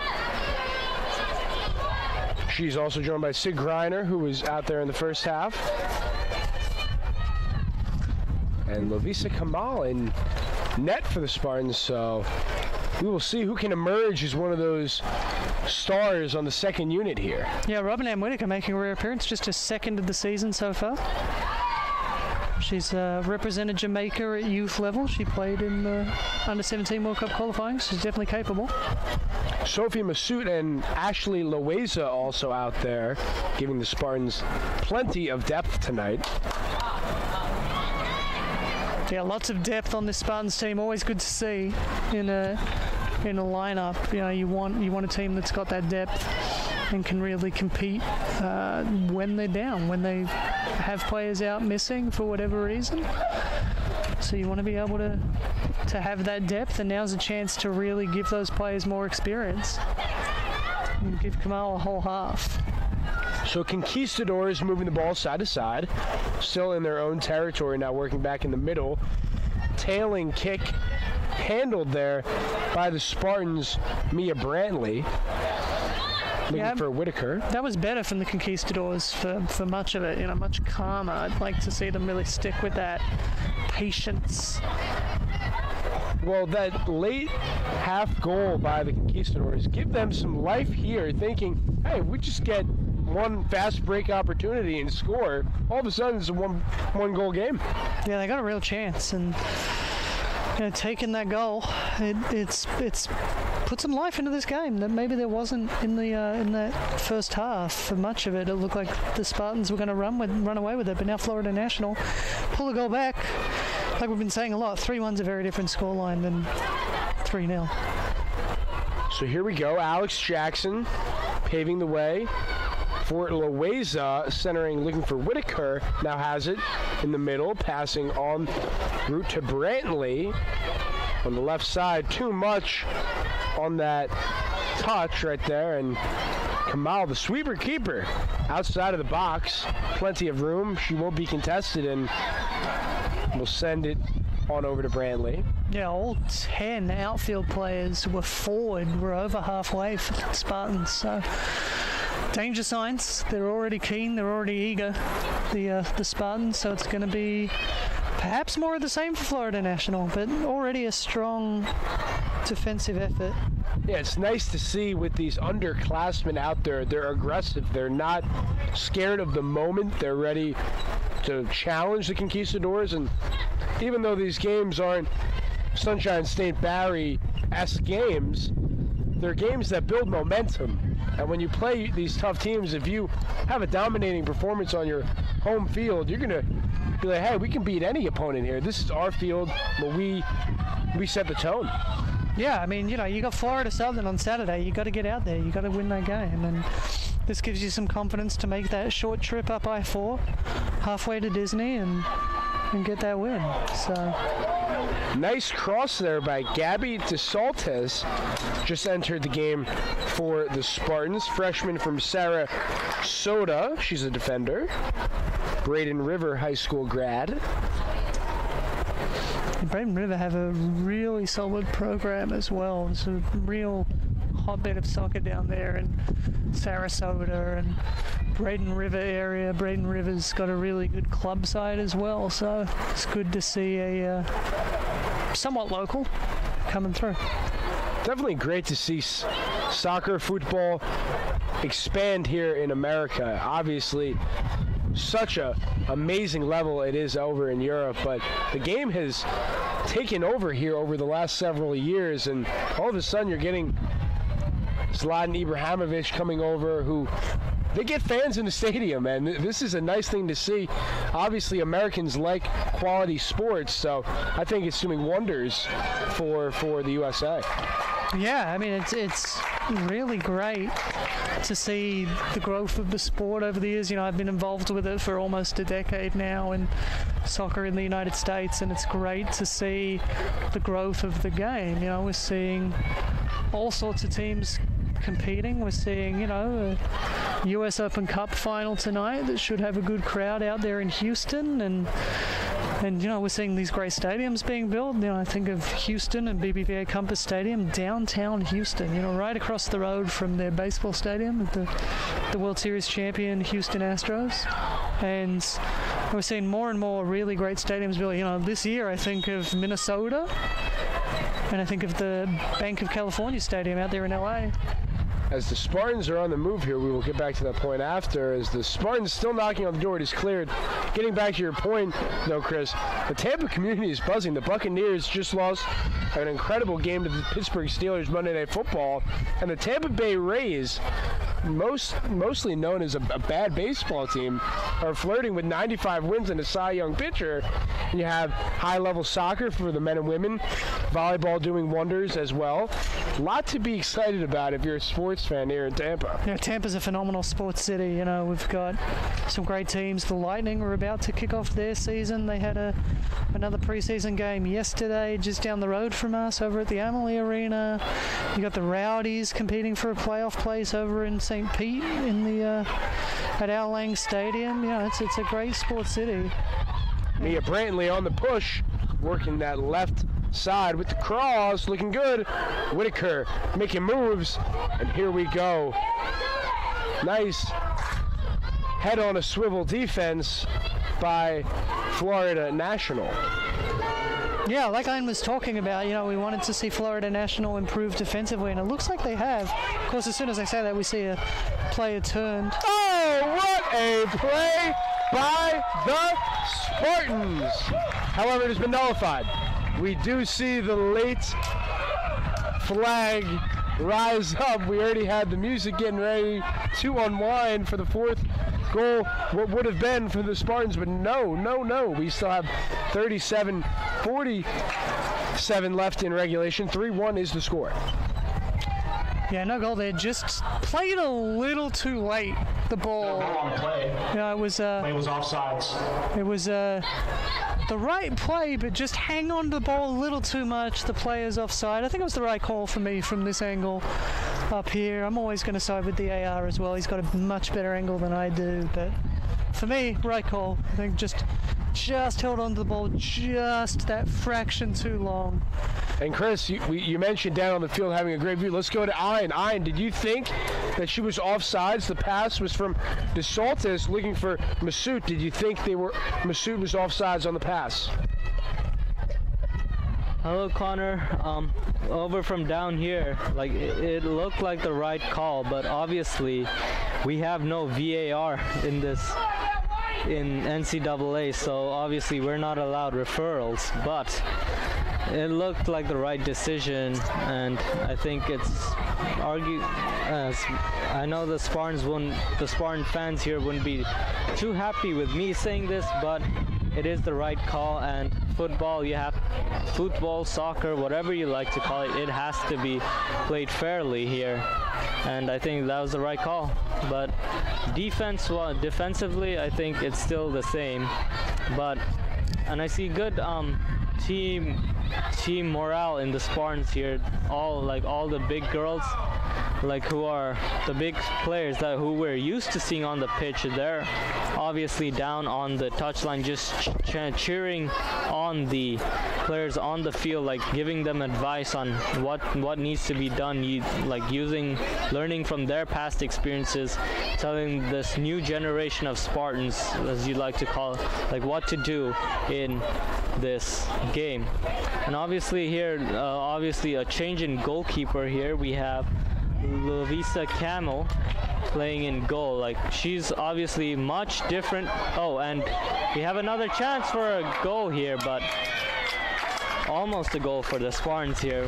I think the whole crowd would have loved to see a goal go in after the recent one being called off. But as I was saying here, Lovisa Camel, Lovisa Camel, sorry, being down here on the touchline, she's much different to Megan Bromwell. You see, right now she's out of her box.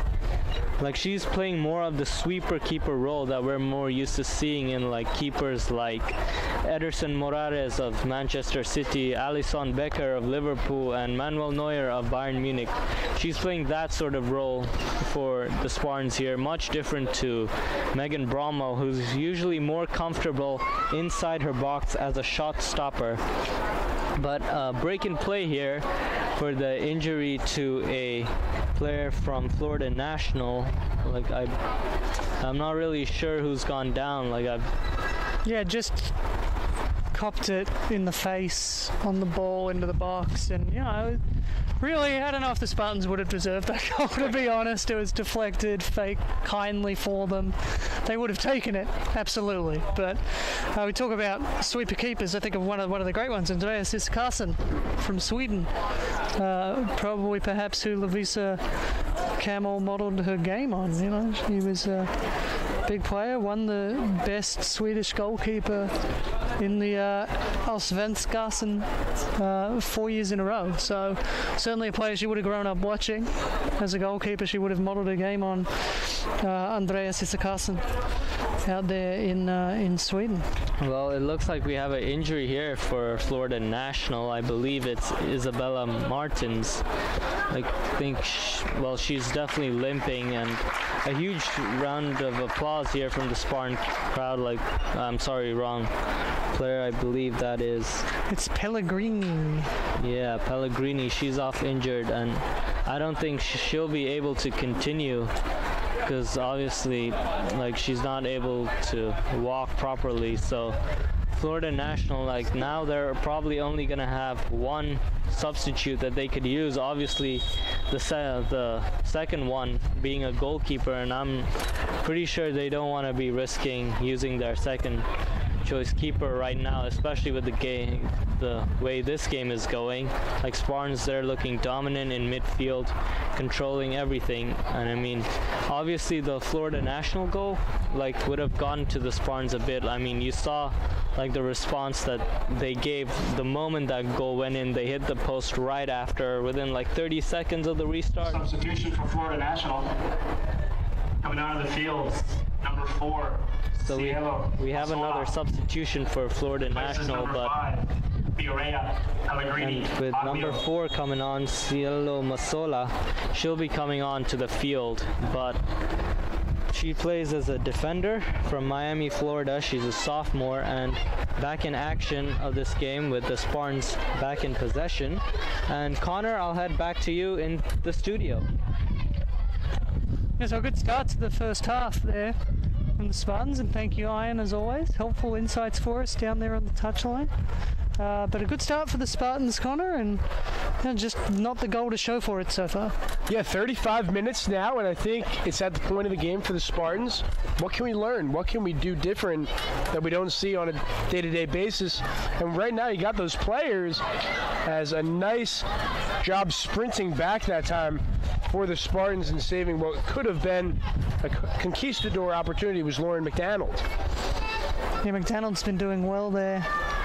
Getting back well, working hard, making sure to do well. She's playing her 7th game of the season, and she has been strong. You know, she was MVP in high school in her sophomore year, and she's got 2 assists already as a freshman, so pretty impressive work for someone that hasn't been playing as much as a lot of the other players.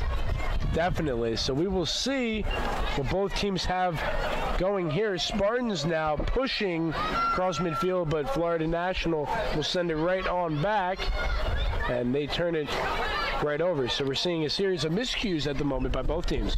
Yeah, and that break and play can do that. You know, you see somebody go off injured, it gets you a little unsettled. You know, she seems to be okay, thankfully. You know, she was able to walk off even with help, didn't need to be completely carried off, and that's always good. You know, you never want to see somebody potentially miss a lot of games. So hopefully she'll be okay. We'll certainly be thinking of her and trying to update you as we can. Obviously, the Florida National bench has a little more on their plate, so I don't think they'll be able to help iron out and get us an answer on that one. But hopefully she'll be doing okay. I know Ian will keep an eye on her, see how she's going, and I'm sure that first stop is to get ice. It looks like she's already getting ice on her knee, which is great to see. Yeah, 33 minutes left in regulation. We'll go back down to Ian on the field, about 25 minutes or so. He will keep us posted with that injury, and also some other Spartans that have yet to see the field might get their number called here. Yeah, and this could be worrying as well from Florida National. You can just see it on your screen. That's Natasha Marangoli down. She's been doing well today too, so that would be a big disappointment for the Conquistadors if she is unable to carry on. They're going to bring on somebody to help now, and I mean, if this is another one down, they'll have no more subs. So all right, so we do have an injured player, as Chris mentioned. It is Nastasia Marangoli. Ian, give us the status on Marangoli real quick. Well, Connor, she looks in absolute disarray. It looks kind of like a hamstring injury from down here. Like she's trying to stretch it out. Obviously, she's been a big part of this side. She's a junior from Orlando, Florida, not far down, and the hamstring doesn't really look good right now. Like she'll need to be. It looks like she'll have to limp off the field as well. And I mean, Florida National now, they'll probably, with the 2 injuries that they've got, like they might have to put in their reserve goalkeeper for the remainder of this game.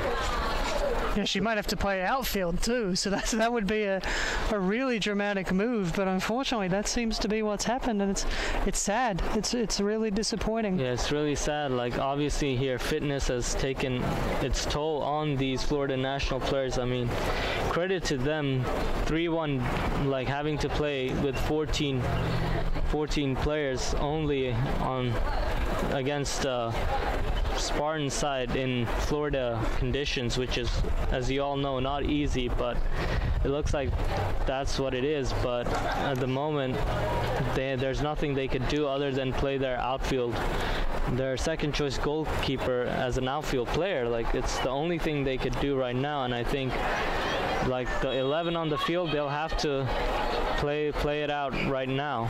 And with that, like, the game resumes. And Connor, back to you in the studio.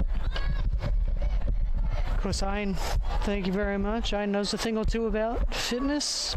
Being from Nepal, got to be fit to even walk in Nepal. So Ayn is definitely one to tell us about that sort of thing.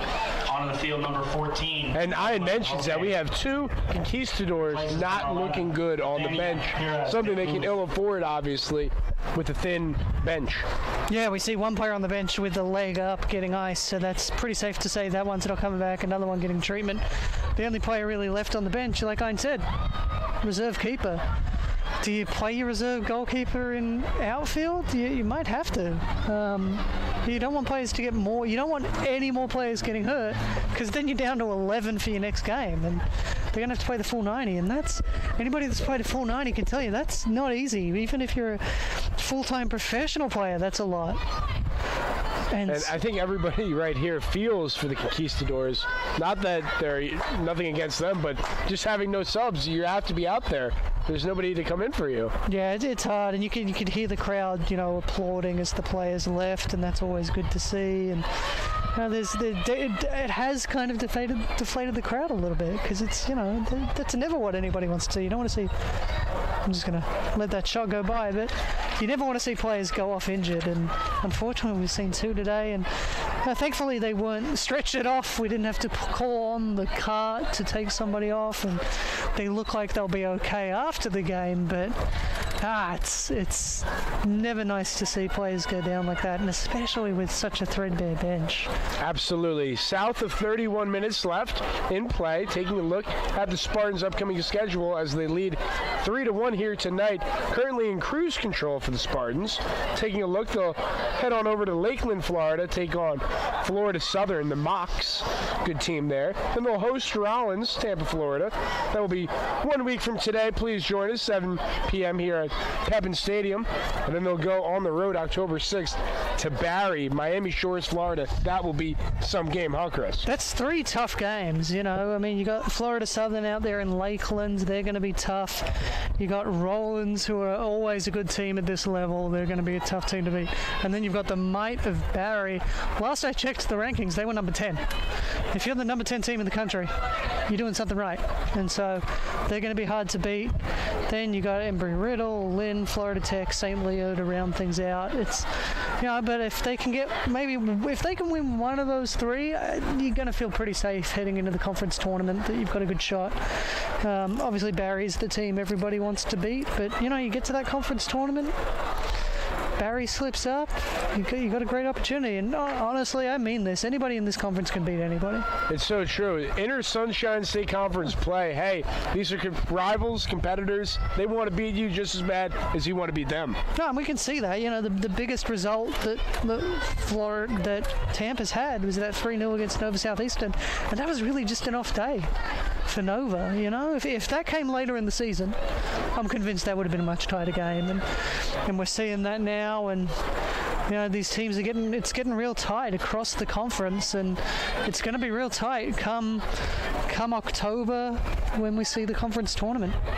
And such a great point, because in any sport, really, you can have your favorites, you can have your numbers, but any team's best performance against the best team's worst performance, I mean, the numbers tell you that it's going to be a grudge match, a nail biter. So any given day, a team can come out flat. So for the Spartans, having that depth is crucial. Yeah, I think the thing that we love about soccer might also be the thing we hate about soccer sometimes. Best team doesn't always win.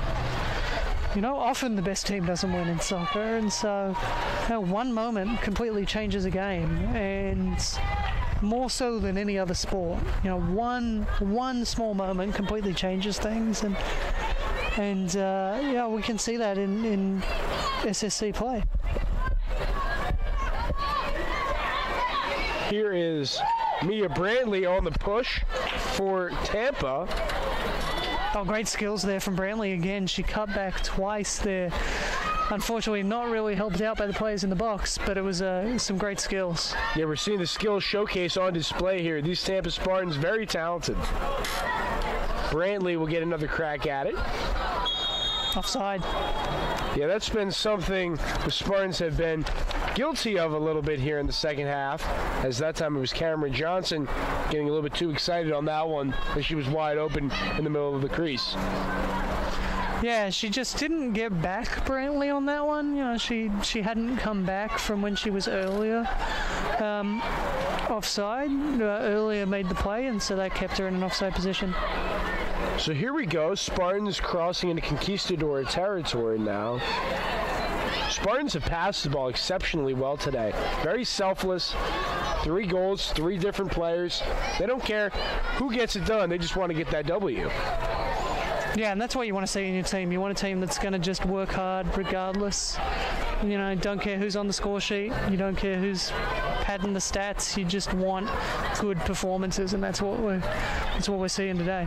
So Whitaker now setting up for Loaiza. Ashley Loaiza giving good minutes here. Oh my goodness, an ankle breaker. Wow, Ashley Loaiza, and the Spartans score. Ashley Loaiza drew it up. It was a combination of Cameron Johnson out there, and the Spartans get their 4th goal of the evening, and the Spartans continuing to keep their foot on the gas pedal. Yeah, great to see. Just great work from the Spartans here. We will see who they give it to officially. Cameron Johnson was in the area, as was DeSaltis, so we will get the official scoring momentarily.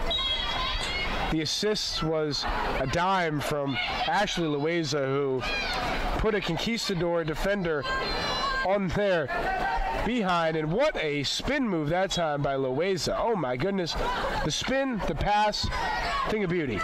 Yeah, it was a stunning goal, great work, and then a really good header from close in. DeSaltis and Johnson were the two. Really, both of them got it. They both kind of lunged forward, and there was nothing Brianna Gomez could do about that. Yeah, just a good header from close range, There's just not much you can do to stop that, so makes it 4-1 for the Spartans. And that time, DeSaltis again just running it up that time. But the Conquistadors catch a break. 25-40 left in this one. 4-1 Spartans.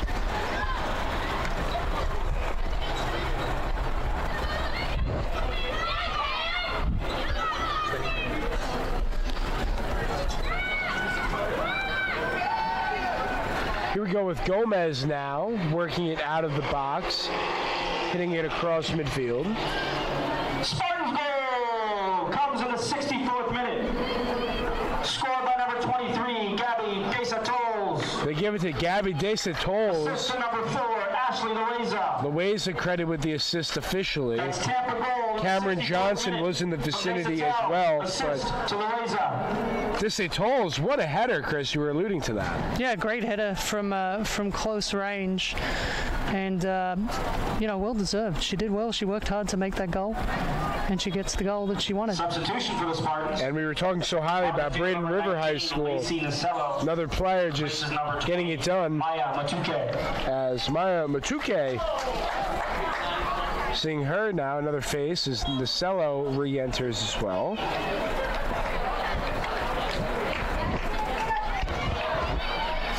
So we will see what the Spartans can do.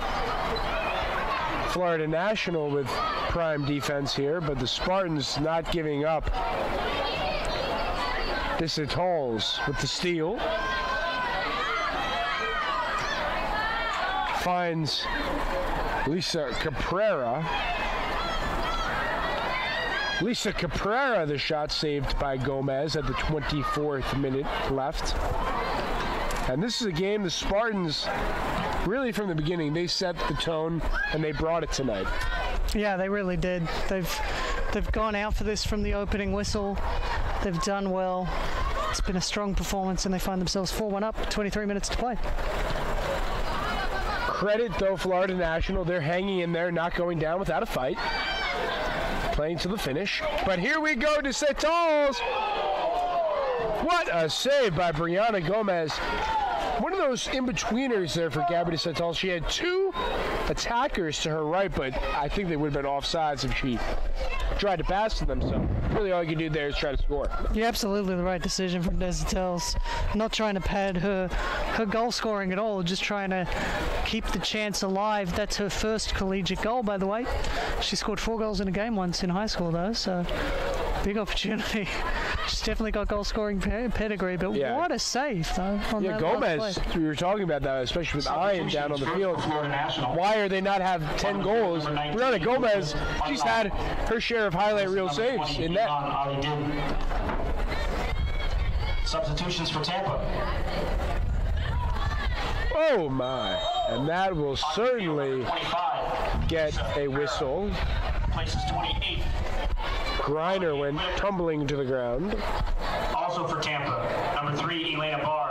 We're going to go down to Ian, who saw Cameron the Johnson. ankle breaker move by Ashley Loaiza on the right hash over there, crossing over to Gabby Desitoles. Talk to us, Ian, about Desitoles and that amazing goal.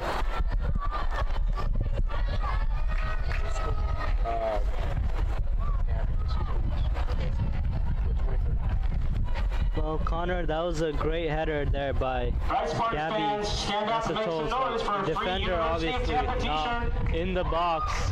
Like, very rarely do you see defenders score, but a lot of crowd fanatics happening there from what I see down from the pitch side. I don't know how it is down up there for you guys, but here for the Spartans here we see cruise control. Like, we're seeing now with 20 minutes on the clock, you're probably not wanting to play your strongest 11, just like rest them a bit for the upcoming games. I think they go to Lakeland next up.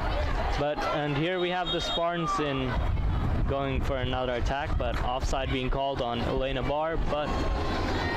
But yeah, the goal is a great ankle breaker. I mean, that's what the crowd really wanted to see. Like, some great skills, like get the crowd roaring, like as you saw, and then the goal, obviously the icing on the cake.